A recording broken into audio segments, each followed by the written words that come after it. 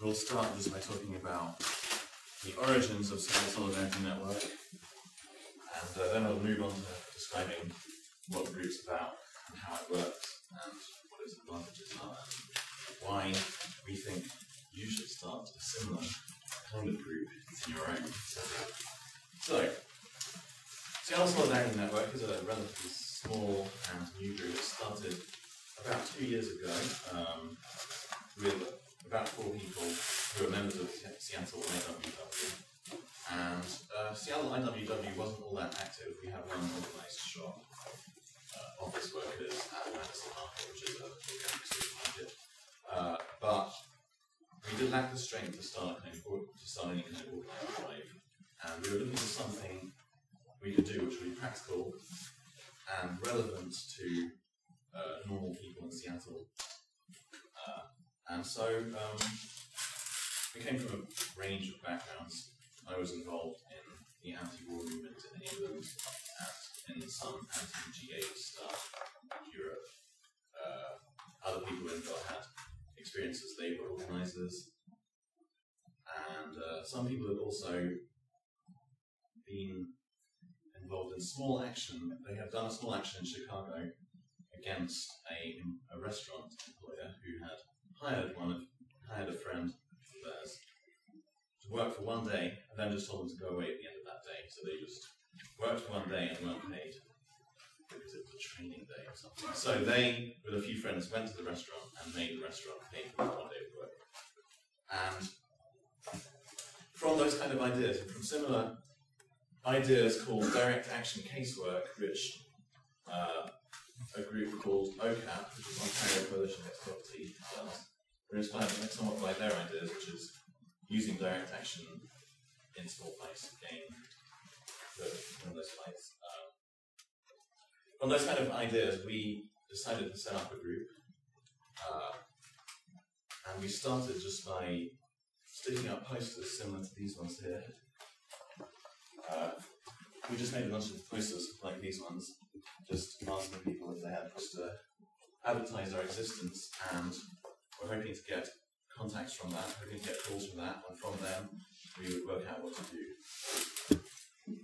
So yeah, I'd just like to emphasize, we wanted to do something that was different to what was going on in Seattle at the time. We wanted something where we could actually have a real practical politics that wasn't something like far away against a huge enemy that our tiny strength couldn't really scratch, like fighting against the war.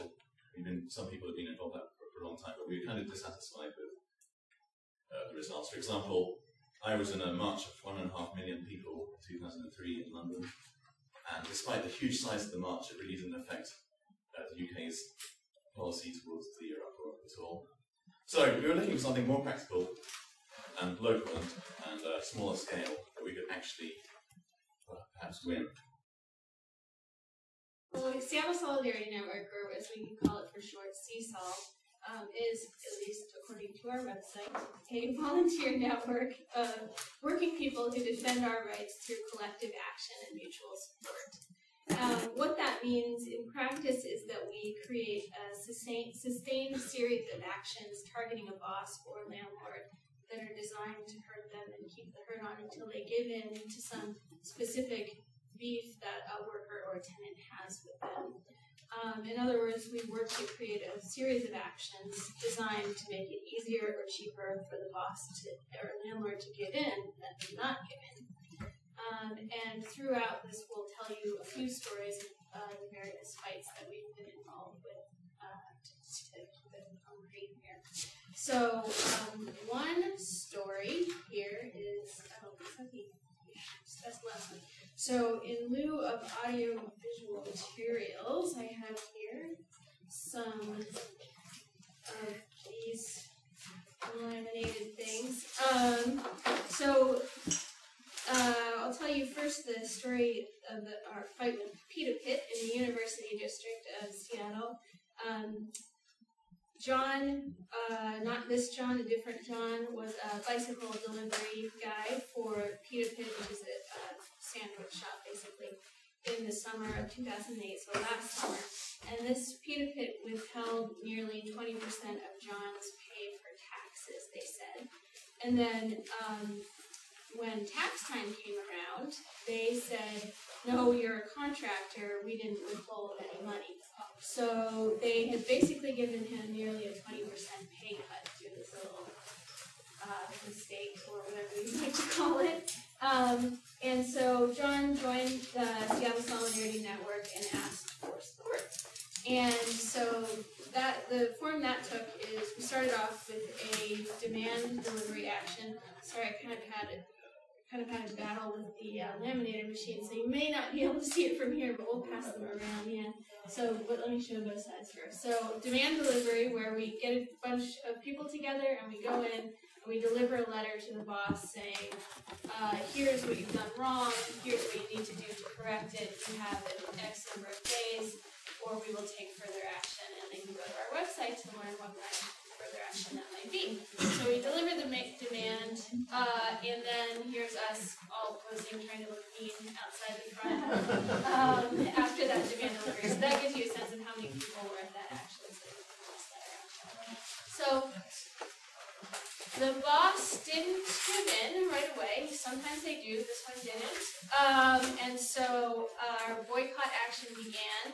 And you'll see there's the Pita Pit decor is very strange, sort of animated vegetables. And so Matt here made our great sick mushroom for our Don't Eat Here flyer, and picketing commenced. So we have Don't Eat Here. So we started with a small picket. We were prepared to do pickets twice a week for as long as it took. That was our plan. At lunchtime, when students are going to get their lunch and that sort of thing. So here's our first picket on Tuesday, so you can send that on that first Tuesday. The boss was very upset. He came out and tried to grab my picket sign from me and said, no, you can stay here, but you can't keep these signs, and that sort of thing, which of course was wrong, and threatened to call the cops, and of course we say, fine, go ahead. We'd love to speak with the cops. So, totally turned away lots of business. Then we came back on the Thursday and had another picket. So much larger pickets, we were escalating. And after about an hour of that, the boss he called John in 3 times. Here you see he's started to have enough. So he called John in, first said, this is crazy, you should go away, you need to tell these people to leave, and by the way, you're totally killing my business. So John came out and we were like, great, okay, we're doing our job. Maybe a half an hour later, 20 minutes later, something like that, this guy called John back in and said, how about half the money? How about $200 or $400 or whatever it was? So John came out and he said, what do you guys think? And we said, well, would that feel like a victory to you? And he stayed out and said, and so he didn't even go back and tell the guy no. And then finally the boss came out again and had to ask him to come in again. And John came out. John came out here holding a check. Here's John. So for the full amount. And later this check was cashed.